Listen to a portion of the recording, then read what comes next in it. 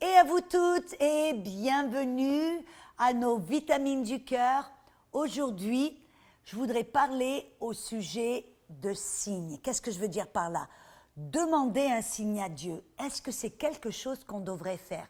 Vous savez, très souvent, je vois des gens, ils ont besoin d'une confirmation.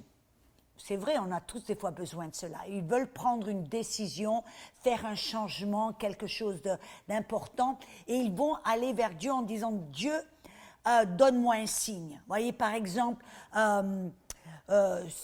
s'il y a une femme qui sort dans la rue avec un chapeau rouge, avec une plume, alors voilà le signe. Et si ça se passe, alors je sais que c'est ta confirmation, que c'est OK pour moi de faire ceci ou cela. Vous voyez, vous comprenez ce que je veux dire. Et ça a l'air d'être bien. Les gens disent, ben oui, c'est bien, non? On veut faire la volonté de Dieu. Qu'est-ce qu'il y a de mal avec ça? Ben, je vais vous montrer.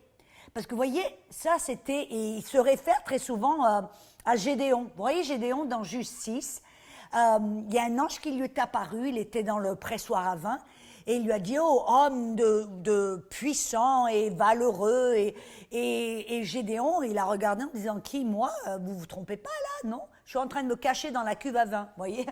Et Gédéon, Dieu l'a appelé à vaincre l'ennemi, à être devant l'armée d'Israël, vous voyez, un peu impressionnant. Et donc là, Gédéon avait vraiment besoin d'une confirmation, êtes-vous d'accord? Et alors, qu'est-ce qu'il a fait?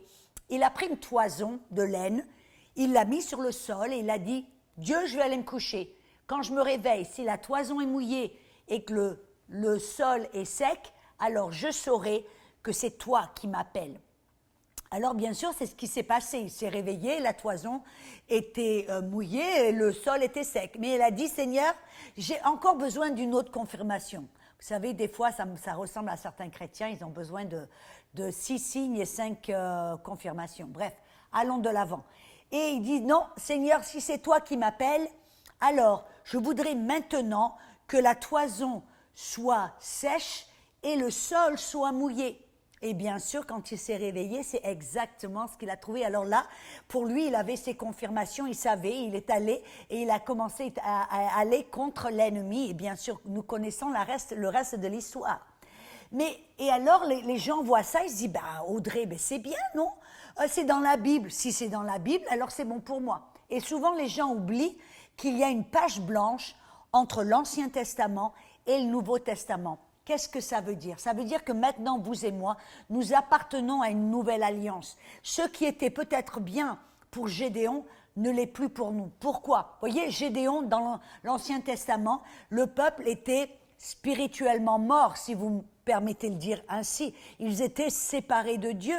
Amen. Et Dieu ne pouvait parler au peuple qu'au travers des prophètes ou des sacerdoces, les juges, des fois même les rois, s'ils étaient bien à l'écoute de Dieu. Amen. C'est eux qui avaient l'onction. Et Gédéon n'était aucun de cela. Il n'était ni sacerdoce, ni prophète, ni rien du tout. Donc, il était un homme simple. Et Dieu lui a parlé au travers de ces signes extérieurs. Mais pour vous et pour moi, pourquoi est-ce que ce n'est plus quelque chose que nous devrions faire? Pourquoi?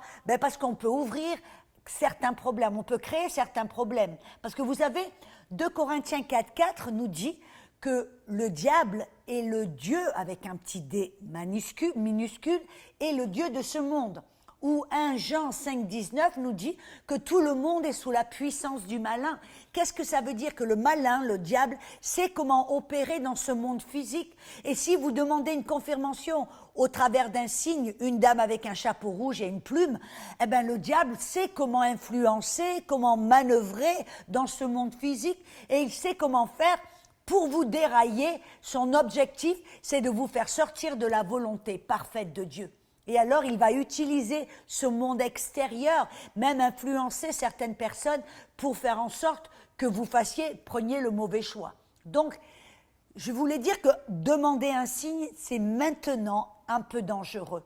Et surtout, vous savez, il y en a certains parmi vous, vous allez peut-être dire, Audrey, moi, je vais demander un signe au travers d'une personne, mon oncle, par exemple, c'est un homme de Dieu, il entend Dieu, et je vais demander à Dieu que demain, Si mon oncle m'appelle demain soir, alors je sais que ce sera ma confirmation. Oui et non. Pourquoi? On a un exemple majeur dans la Bible. Vous vous rappelez Pierre, et je crois que ça se trouve dans Matthieu 16, dans le verset 13 à 17, où Pierre, là, vous vous rappelez, il était avec les disciples et Jésus a posé une question, il a dit, qui est-ce que les gens disent que je suis?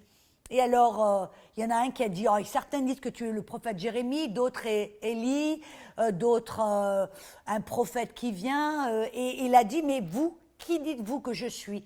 Et Pierre a pris la parole et il a dit, tu es le Fils de Dieu, le Messie, le Fils de Dieu. Et alors là, Jésus l'a regardé avec un sourire en lui disant, Pierre, la chair et le sang ne t'a pas révélé ceci, mais mon Père qui est dans les cieux. Oh là là, je peux m'imaginer Pierre là, la poitrine qui s'est un peu gonflée, là, regardant autour en disant, hé les gars, là, j'ai une connexion avec le Père, là. Vous m'avez vu un peu, là? Je suis le leader, hein? Vous voyez, je voyais un peu Pierre, là, dans ce rôle-là. Mais vous savez ce qui s'est passé? 3 versets plus tard, dans le même chapitre, 3 versets plus tard, tout d'un coup, Jésus qui parle à ses disciples, qui partage avec eux, qui est sur le point de souffrir, d'être crucifié, bref. Et là, Pierre qui est le leader, hein, celui qui entend du ciel, hein, attention, hein, il va vers Jésus et lui dit, oh, loin de toi, Jésus, je ne laisserai jamais cela se faire. Et Jésus l'a regardé droit dans les yeux et il lui a dit, Pierre, il a dit, non, Satan, va derrière moi, sors derrière moi, va derrière moi. Oh là là, vous vous rendez compte un petit peu? Une seconde, Pierre est sous l'influence du ciel, 2 minutes plus tard, il est sous l'influence du malin. Donc si vous dépendez de votre oncle, qui est un homme de Dieu, là je ne le dénie pas, c'est vrai, c'est sûrement le cas, mais si vous dépendez d'une personne tiers pour entendre, recevoir une confirmation, une fois de plus, vous vous ouvrez peut-être à des erreurs humaines ou des erreurs, quelqu'un qui peut se laisser influencer de la mauvaise manière. Amen. Les choses se passent de cette manière. Et je sais, il y en a certains parmi vous aussi qui disent, mais moi Audrey, tu sais, j'ai demandé, je ne savais pas tout ce que tu me dis. Moi, j'ai demandé une confirmation à Dieu au travers d'un signe, et puis j'ai reçu mon signe, j'ai reçu ma confirmation, ben, c'était Dieu, non?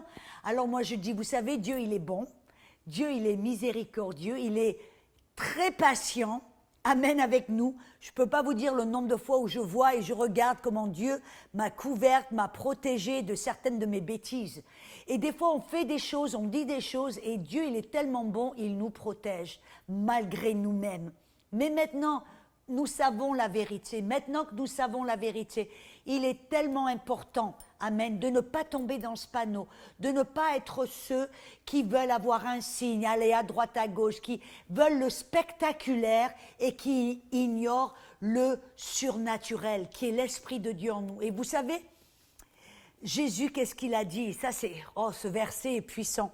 C'est dans Matthieu 12, 39. Jésus a dit, une génération perverse et adultère est une génération qui recherche un signe. Parce que vous vous rappelez, à l'époque, il y avait tous ceux qui étaient autour de Jésus. Donne-nous un signe que tu es le Messie, un signe, un signe, un signe. Et Jésus leur a dit, une génération méchante, perverse et adultère, c'est une génération qui recherche un signe. Mais posez-vous la question un petit peu, pourquoi est-ce que Jésus a utilisé ces termes? Il n'a pas donné ces termes par hasard. Qu'est-ce que c'est? On sait que c'est quelqu'un de pervers, mais pourquoi adultère? Pourquoi, je vais vous le dire. Parce que qu'est-ce qu'un adultère? Un adultère, c'est quelqu'un qui est marié, qui a une alliance avec son époux ou son épouse, mais tout d'un coup qui se dit, oh là là, elle a des rides, ou il a du bidon, non, j'ai besoin de quelqu'un d'autre. Et qui recherche en dehors de l'alliance qu'ils ont déjà avec une personne. Et qu'est-ce que Jésus essaie de nous montrer? Que vous et moi, nous avons une alliance avec Dieu. Le Saint-Esprit est venu vivre à l'intérieur de nous, demeurer en nous pour nous aider, nous corriger, nous conforter, nous consoler, nous guider. Et on dit, ah oui, bah, je sais, l'Esprit de Dieu en moi. Ouais, je sais le Saint-Esprit. Bon, mais non, non, moi je veux un signe. Moi je veux un signe extérieur. Moi je veux quelque chose de spectaculaire. Qu'est-ce qu'on fait? On vient d'admettre que nous sommes pervers et adultères. Est-ce que c'est ce que l'on veut? Non, je ne pense pas. Et maintenant, vous voyez, Nous voulons être de ceux qui recherchent la face de Dieu, ceux qui disent « Merci Saint-Esprit que tu vis en moi, merci Saint-Esprit que tu es là pour… » Et on en prend conscience. Et vous savez, le plus vous prenez conscience de l'Esprit de Dieu qui est en vous, au lieu de rechercher à l'extérieur, le plus facile ça va être d'entendre le Saint-Esprit. Amen. J'espère que cela vous a béni, vous a aidé et va vous aider à rester dans le droit chemin avec le Seigneur. Soyez bénis et à bientôt.